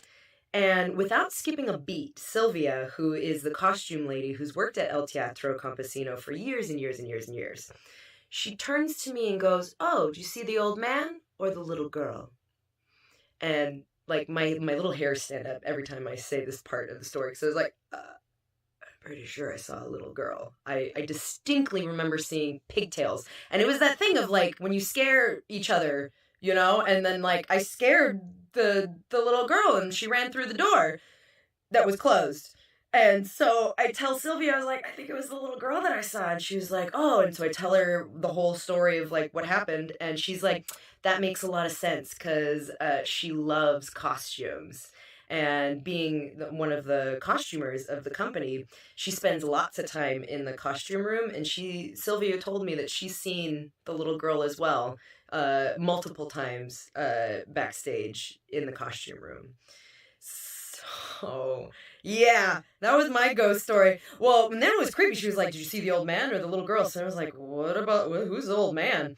So apparently the building itself was a garage before it was transformed into a theater, like a mechanic garage. And there was actually a news article that Sylvia was saying that they did find that traced back to the building that a man hung himself in the building, and they're pretty sure that's who the old man is that you see in the lobby. And when she told me that, I was like, oh my gosh, because sometimes you go into a room and it feels stuffy. The lobby always felt a little stuffy to me, but I was like, it's an old building, whatever. But when she told me that, I was like, oh. She's like, it's a good thing you saw the little girl, because she's nice. She's like, he's mean, and yeah, he doesn't feel happy. So yeah, in hindsight, I am glad that I saw the little girl, but to this day, I'm still like tripping over, like, did I see it? Did I not? I just remember pigtails, so there you go. That's my ghost story. Sleep tight tonight. Okay. Bye. Oh my God. Pigtails through the door. It's fine. Right through the door. And I just have to point out, because it won't be, on the podcast. In our chat, I was like, is it the babysitter? And then Paul at the same time. That's how she got out of the bathroom. Yep. She was there. Right through the door. Yeah. I don't remember exactly how far away San Juan Bautista is from San Jose, but maybe maybe she got in the car. Who knows? Yeah, we have one more story for you, and it is going to be told by my beautiful bride. Yeah. But, of course, in every episode ever of this show, I get to do a tune, Amanda gets to do a tune, and we do a duet at the end. Yeah. If you remember from the first episode, I shared the Titanic conspiracy theory, and we ended the show with the little Titanic musical number. What will be at the end of this show? You'll just have to stay tuned to find out. I'm going to tell you what Jamie's story is about. We're going to hear Amanda's tune, and then we'll welcome Jamie onto the show for the final story of the evening. Jamie, as many of you know, my wife, grew up touring with Broadway companies, and so she spent a lot of time in theaters. That was a very serendipitous segue story. In one particular theater, she and her castmates and their chaperone were exploring the space below the theater, the basement level of the building. Ooh, basement. There See, was- like my mom's story too. Basements. Monkeys on the bed. There was lots to explore down there from what I understand. She will, of course, give you all the details, but they found like an old abandoned ballroom, and off to the side of the abandoned ballroom there was like an indoor underground pool room, like swimming pool, not like billiards. Mm-hmm. And they all experienced something down there under the theater, and that inspired Amanda. Mm-hmm. It did. It inspired my music choice, because I was thinking, Paul just sent me like keywords, and then because I don't want to know the story ahead of time, but I was like, what are some keywords that I can think about?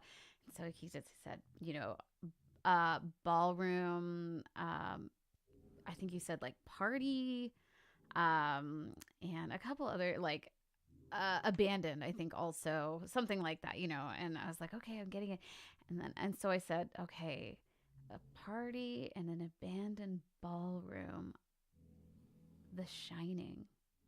That was the first thing I Just talked thought about the Stanley Hotel earlier in the show. It's perfect. And so I was thinking about The Shining, how they had the whole big party in the ballroom all of a sudden just filled with people and music and noise. And so I was like, okay, what I will sing is We'll Meet Again, right? Because they meet again time after time in that ballroom. And that was the music featured in that film. Yes. So I have, let's see, where did I put it is the next question. I have, it's here somewhere. I had David record the music for it. Oh, cool. So I'm making sure I put it in here. Hold on one second. Let me check what I called it. Shout out to David, too, who also composed the theme music for this show. Yes, there it is. Meant to mention that at the start of the show. Yeah, we can always mention it at the end, too. But we will. Yes, when you hear it again, the music, our theme music, was composed by David Benjamin. So, all right, so here we go. This is We'll Meet Again.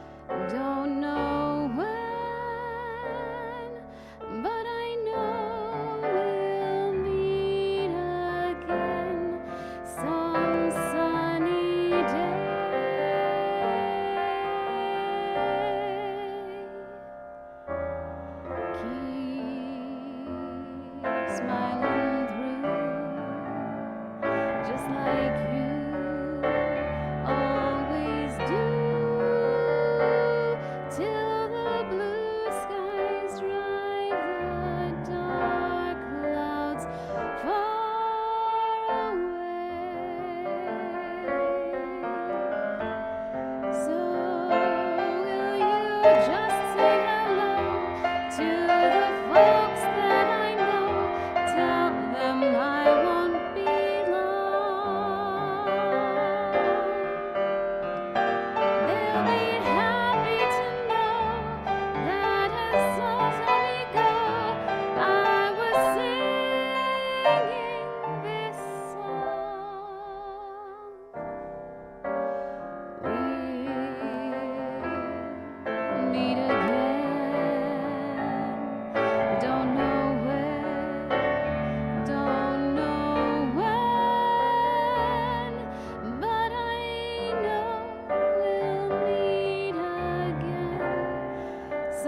sunny day.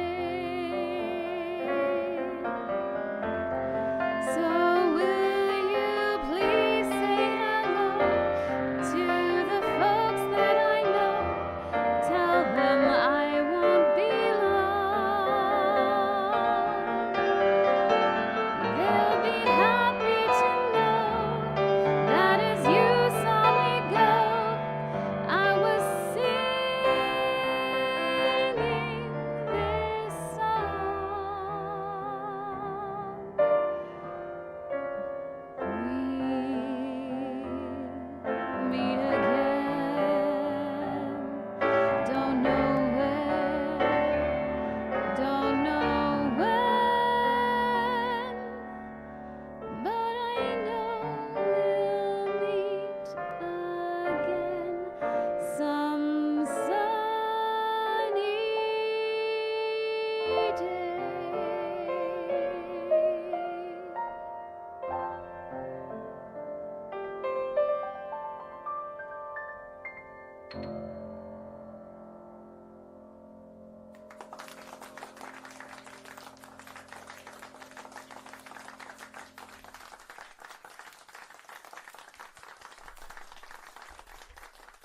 Oh, we have to get cozy because Oh yeah, because reverb.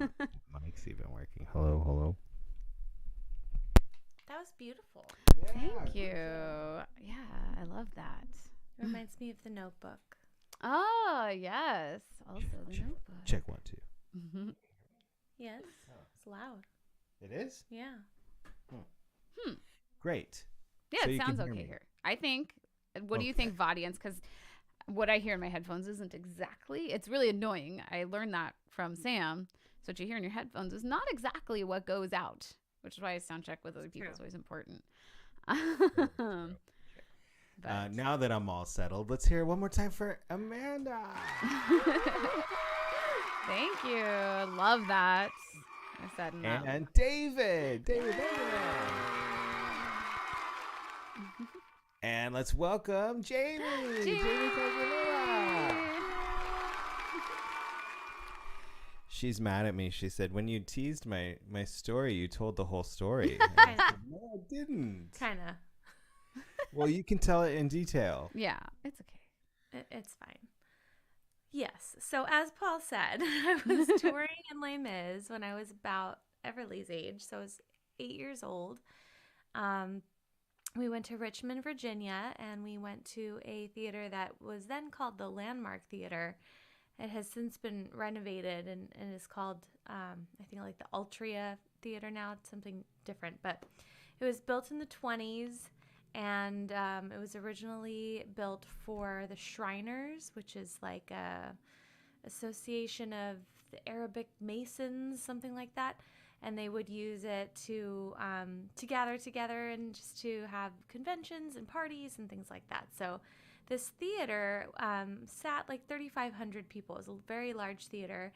And every week we would travel to a different theater. And so we liked to explore. So I decided, along with my friends and our chaperone, to explore this particular theater.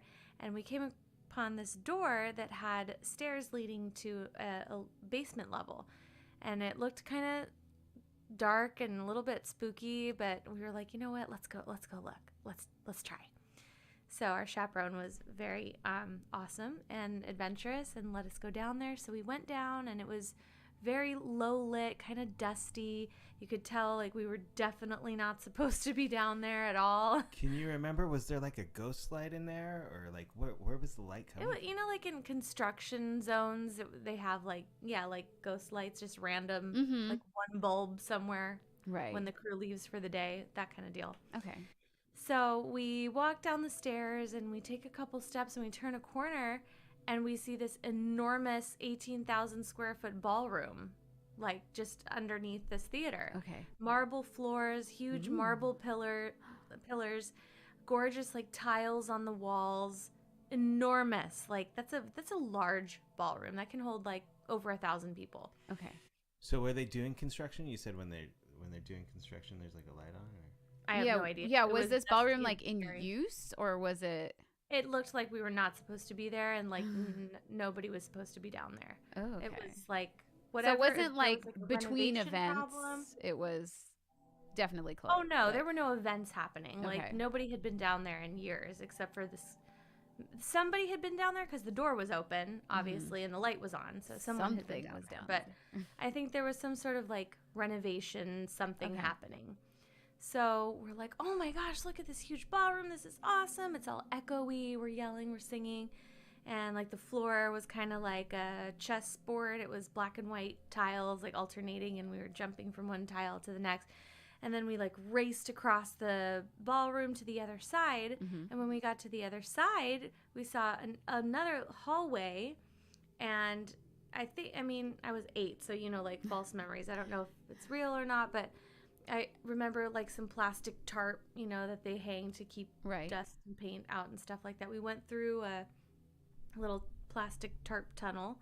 And when we got to the end, we came upon this enormous swimming pool, Okay. empty swimming pool, no water, empty swimming pool at the other side of this ballroom. In a basement under a theater. Yes. Yeah. Why is there a swimming pool? Why is there a swimming pool? Yeah.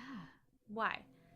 So we're like looking at it, and the swimming pool took up, you can Google pictures of it, but you can see it took up most of the area. Like there wasn't a lot of room on each side to walk around. Oh, you found pictures of the actual swimming pool on Google? Yeah, there's pictures of it. Nice. And there was a diving board still there. Definitely looked like nobody had been on that thing for 50 years, but it Okay. was there. Ooh. I just got And chills. so we're like looking around, and our chaperone's like, why is there an empty swimming pool in here? I need answers. Yeah. It's just so weird. So we're all looking around, and all of a sudden I start hearing like splashing water and laughter and like clinking glasses, like a party was happening. Like And- around you? Like not in the next room. It was like right. Yeah, no, I just started hearing it like I was in the middle of a indoor pool party. And it was like very posh sounding, lots of clinking glasses Yeah. and laughter and Like these were people in their 30s with their like highballs Yeah. and so this would have been in the 30s that this would have happened, Yeah. because by 1940, I Googled it, by 1940, the Richmond Police Department ended up taking over the entire basement for training zone. uh-huh. And so they used the ballroom as like a physical fitness area. There was a bowling alley. I never saw the bowling alley, but they transformed that into a shooting range. And they used the pool as like a rescue simulator, and they makes would sense. make the recruits jump into the water and do rescues and stuff. Crazy. So whatever I was hearing would have had to have been prior to that. So we're Okay. talking late 20s, early 30s. Mm-hmm. The theater, the whole building opened on October 28th, What? which is tomorrow.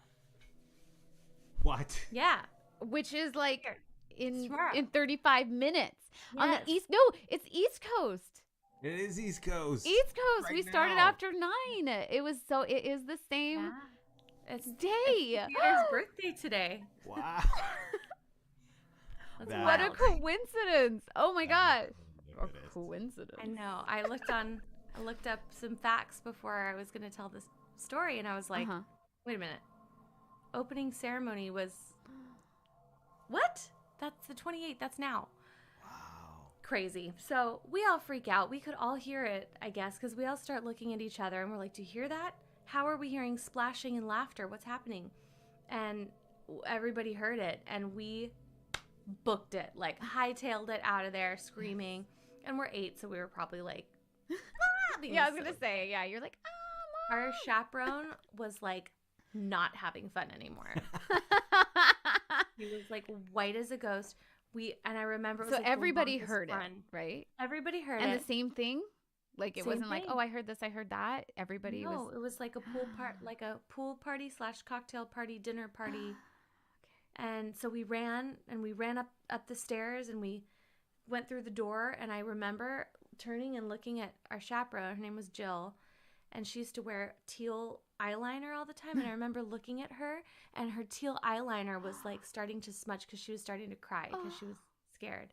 And How she was old like, was Jill? Was Jill like a young? She was probably in her 40s. Okay. I'd say. And she was just like, you are not to ever go down there again. I could get in a lot of trouble. I'll tell your parents what happened, but that was crazy shit. Sorry, kids. And she was like, that was crazy. So we talked about it for a long time after that, but never forgot it. It was the weirdest, most real, inexplicable situation ever. That is insane. Oh my gosh. Nicole asks in the chat, can we get Jill on the show? Yeah, that's what I was thinking. I was like, I want to talk to Jill. I don't know what happened to her. I haven't been able to find her. And I want to know also, like, what all the parents, like, did Jill actually say to the parents, hey, we were under the basement, or not, under the theater, we're in the basement, we heard these strange sounds. Like, what did the parents say? Or did she just like. I told my mom was like, oh, that's cute, babe. No. She was like, okay. Yeah. You obviously dreamed that. I'm like, I know what I heard, you guys. And like, it's not just me. Yeah. We all heard it. Shared experience. Yeah. Crazy. It was so crazy. Yeah. And it was like, when we were running, it was like my legs felt like lead. Because when you're scared, it's just, your body doesn't work right. Yeah. It's like, no, my legs should feel incredible because I'm ready to run. Like, it's fight or flight. But no, yeah. It was crazy. Wow. And I haven't been able to find what theater it was until I just sat down and I was like, all right, I got to figure this out. Because I kept putting Raleigh, North Carolina. Oh, okay. It was Raleigh. And then I thought, maybe it's not Raleigh. What else sounds like Raleigh that we went to? And then I said, I was trying Rochester.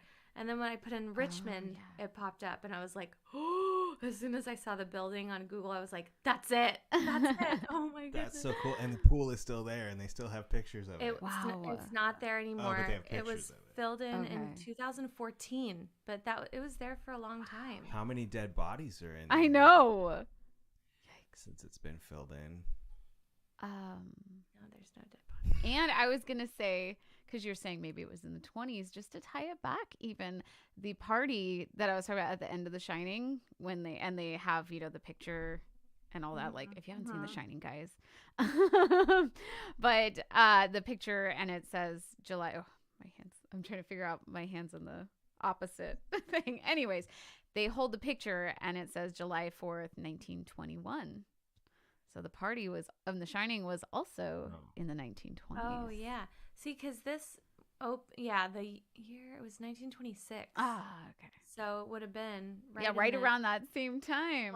Flapper era. Yeah. And this was before I knew what the 20s were and flappers were. But whatever I heard sounded like, oh, there's a Great Gatsby party in here right now. And I don't know how to explain why it sounded like that, but it just did. Right. And we're going to have our Great Gatsby party. Yes. A Great Gatsby party. Remember we were talking about having a Great Gatsby party for New Year's? Oh, yeah. Oh, yeah. I thought you planned it. I know. Yeah. It's going to happen. Yes. We're going to have a pool. It's New Year's in SoCal. We're going to have a pool. Yeah. Let's go to Palm Springs. We could get an Airbnb. Palm Springs. Or Great Gatsby. Or Virginia. Vaudacity. Between Virginia and Connecticut, there's some stories there. No, it's true. So, yeah, that's it. But, I have others, but that's for maybe next year. Yeah. Theaters are haunted, guys. Yes. There's a lot of haunted theaters. We had several stories of haunted theaters tonight. I know. There you go. This theater was a big theater that Elvis used to frequent and perform at, and like Grateful Dead and Rolling Stones and all sorts of huge names. Wow. We'll have to look it up. Yep. But that's it. That was an amazing story. Thank you for having me. Thank you for coming on. Bye, everyone. Wow. I'll see you soon. Wow. Like I said, that was really amazing. That was an experience. Keep in touch. Have a bitchin' summer. Yes. And I forgot that Craig had asked me to tell the story because I told him this happened, or I put it in our chat, and I forgot because he's like, you should start with that. But maybe I'll just end the little bit with this. Is that last night I'm thinking about the show and all the things that we need to do. The next day, it's Wednesday night. Okay, show's on Thursday. What do I still have to do? What's left? And I'm trying to go to sleep, but I'm too stressed out, not just with the show, like with work and everything. And I'm like, okay, so I'm sitting in bed. I'm like, okay. And the dogs are there. And like Lucy's been at the foot of the bed usually. And Lily just gloms onto somewhere on the side of you. Like she just, right? And so they're all sleeping. And I'm like, okay, maybe I'm starting to get tired. And then Lily just like shoots straight up in the air and freaks out. She backs up all the way to the pillow, my pillow, and she gets even closer to me and then tries to burrow under the covers. It's like something hurt her because she seemed like, I'm trying to get under the covers, and I keep being like, stop, I don't want you under the covers. I want you to be able to breathe. And finally, eventually she settles down, and I was like, I don't know. I was like, maybe she had a bad dream. I don't know. And then, of course, now my heart rate's all up, and I'm like, okay, I got adrenaline. But I finally get myself all calmed down, and I'm finally, again, feeling like I can start to go to sleep. And then Lily just pops up again and starts barking at the bedroom door. And I was like, oh. And I looked over, and Lucy is staring out at the hallway. And I was like, what are you guys doing? Please stop. Please stop. Did you feel a presence? I mostly was just trying to to stay calm. I don't know if I could feel a presence or if it was just a dread that the dogs think that there's somebody there. I was trying to figure it out, and I was like, okay, I'm thinking about my ghost show. I'm going to be making too much of this. But they were staring at the dark hallway through the bedroom door. So I don't know. It was just creepy enough. The eve of recording the show. Mm-hmm. I was like, I've been doing too many ghost stories. Uncle Marcos, he's like, came you're going back to to tell wish my you luck. story. Yeah. I think, I would think, because, some people are like, oh, you shouldn't tell, the stories because maybe they don't want to. But I would think that it would be a good thing to share the story, especially with like Dia de los Muertos coming up, right? You have to remember people and share their stories. So that's a story that probably hasn't been shared that much. So now we're lives on in the memory. Mm-hmm. One more generation remembers the story. Thank you for sharing that with us. Yes. Thank you, everybody at home who sent in a ghost story. And please, next time you see us asking for these, submit yours if you haven't yet. We'd love to share it. We will, of course, have more ghost stories. We'll have more conspiracy stories. Mm-hmm. And before we say goodnight, as mentioned earlier, we're ending each of these magical mystery hours with a Paul and Amanda duet based on the theme of the episode. Amanda actually suggested this one, and tell us why. I love this song, and I'm gonna actually really quick little pause. David messaged me and said that he was getting echoes on the videos that were being played. Was anybody else? You can let me know in the chat if anybody else is getting echo. It didn't sound like it here. I don't think I saw anybody mentioning that, but just wanted to see before I start this. Angelica says, yeah, okay. Well, we'll have to fix that in post. Says I thought it was intentional. But do you think it'll happen with the song? Should I? It might. Let's see. Okay, so here's what we'll do. Really quick before we'll go back and do this little intro to the song again. Why don't I'll play a video. It'll be one of the ones we already did. And I'm going to have Paul. Were you muted during all of those or no? I'm just checking. Some I was and some I wasn't. Okay, so we're going to try two things just to see if it solves it. First, go ahead and mute, and I'm going to play like 20 seconds of mute my video. Zoom? Yeah. I just want to see if that does anything. And let me know, you guys, if you hear an echo. Hi, Amanda. Thank you so much for having me on your show. So me and Amanda, we go back way, way, way back to elementary school. So we have a lot of fun, like, ghost stories growing up. But I actually have a pretty legit ghost story that I'd like to share with you today that, Amanda, I don't think I've told you one before. So get ready. All right. So, Okay, so now I hear, I heard no echo and then Echo. yes, echo. What is going on? Okay, so I'm going to try one more thing. I can't change it until I get in there. So I will just pop back on and say, okay, I made a change. What do you guys think? Okay, so let's try this. Hi, Amanda. Thank you so much for having me on your show. So me and Amanda, we go back way, way, way back to elementary school. So we have a lot of fun, like, ghost stories growing up. But I actually have a pretty legit ghost story that I'd like to share with you today that, Amanda, I don't think I've told you one before. So get ready. All right. So, it's an OBS let's go back thing. in time. So that means we this was just right can't hear after what's I happening. graduated college, That's 2-year Okay. acting Well, conservatory. we heard our song which, already, side so note, hold on, go back. Amanda and I. Okay. There we go.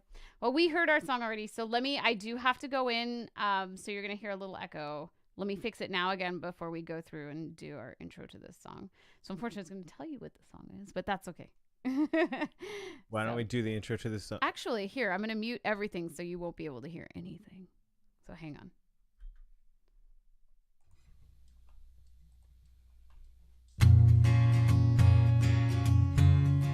Hey! Hey! Okay, we should be back. And we're back. Okay. All right. It looks to me like Nicole Pierce is saying, "Hey!" I wonder if she... Oh, they heard it. Oh, you did hear I hear it. it. You Sounded shouldn't good. have been able to. Oh, that's because OBS. I was hoping you wouldn't be able to hear it, but that's okay. David's like, I still don't know what song that is. But yeah, so I fixed it. So again, we won't be able to hear it, but that's all right. It's more important that you hear it. Of course. All right. So Amanda, why did this song come to mind? So first of all, I love this song. When I first heard it, I was just obsessed with it, and like I love lyrics that like are poetic and they mean more than they say. And so I was listening and trying to find all the meanings in this. And when I listened to it, I was like, there's something wrong, right? These two people are talking to each other, but it's like they don't actually hear each other. She speaks and he speaks, but she never responds to him. He responds to her. And so it's like, is it something where maybe there's like a dementia? And I listened again and I was like, definitely this woman is deteriorating. And I listened again and again. And then I was like, oh my gosh, like he's dead. He's not there, but his presence is always with her. And then I kind of looked up and I was like, oh my gosh, that is something intentional. It's a conversation between a couple when one has already passed. And so it's like, what a perfect way to round out our ghost stories show. Love it. This was so fun to put together with you. Thanks for bringing it up and being inspired to do this one. Yes. All right. So this is Little Talks.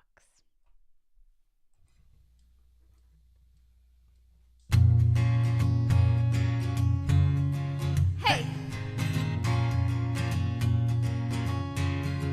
Hey!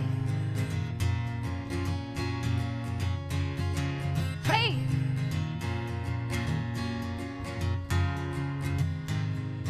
I don't like walking around this old and empty house. Hold my hand, I'll walk with you, my dear. The stairs creak as I sleep, it's keeping me awake. It's the house telling you to close your eyes. And some days I can't even trust myself. It's killing me to see you this way. 'Cause though the truth may vary, this ship will carry our bodies safe to shore.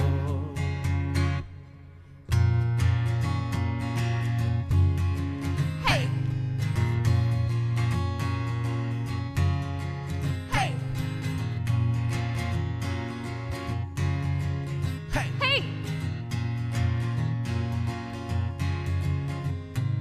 there's an old voice in my head that's holding me back. Well, tell her that I miss our little talks. Soon it will be over and buried with our past. We used to play outside when we were young and full of life and full of love. Some days I don't know if I am wrong or right. Your mind is playing tricks on you, my dear. 'Cause though the truth may vary, this ship will carry our bodies safe to shore. Don't listen to a word I say. The screams all sound the same. Although the truth may vary, this ship will carry our bodies safe to shore.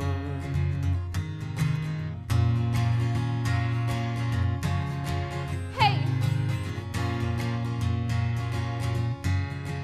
Hey!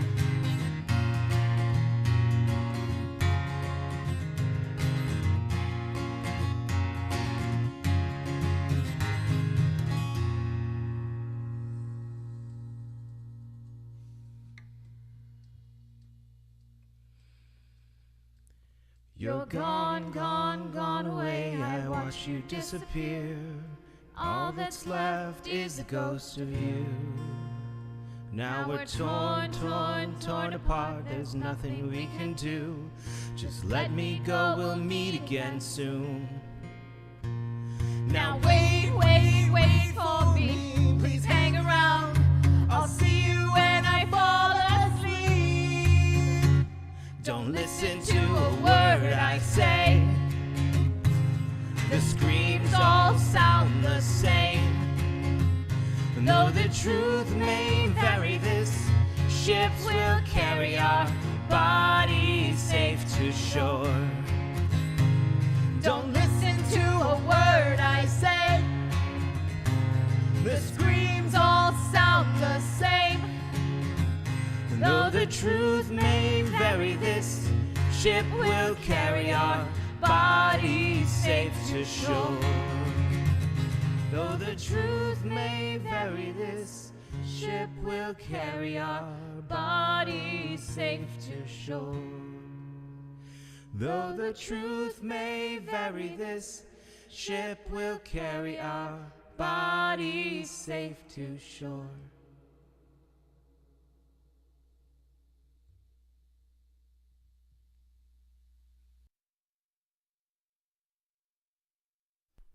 Yes. I did listen to it a little bit.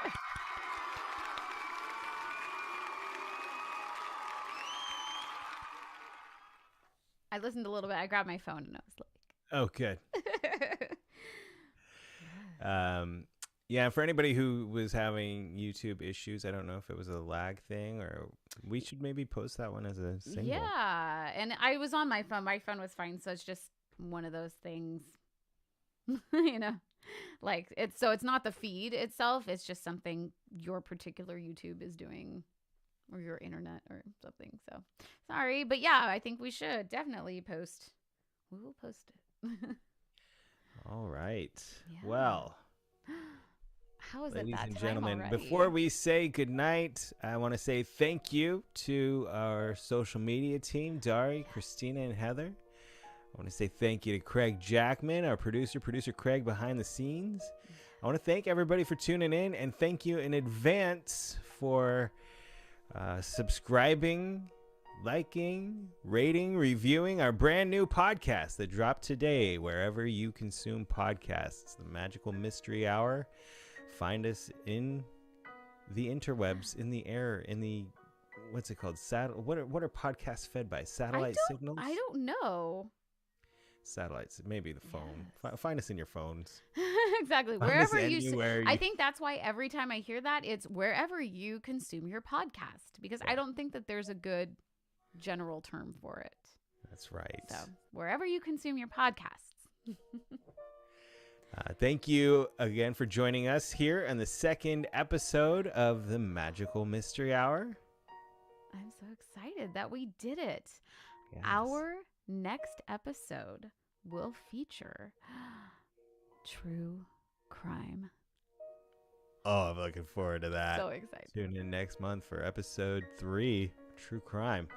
If you enjoyed tonight's show and don't want to miss out on the next, please be sure to like the YouTube live stream and subscribe to the Vaudacity Network so you don't miss any future stories, as well as great music and comedy. And if you loved it on the audio podcast, please be sure you are subscribed on that platform as well. And please leave the show a positive review and help more people who like this kind of show find our magical mystery hour. Until the next mystery. Good night.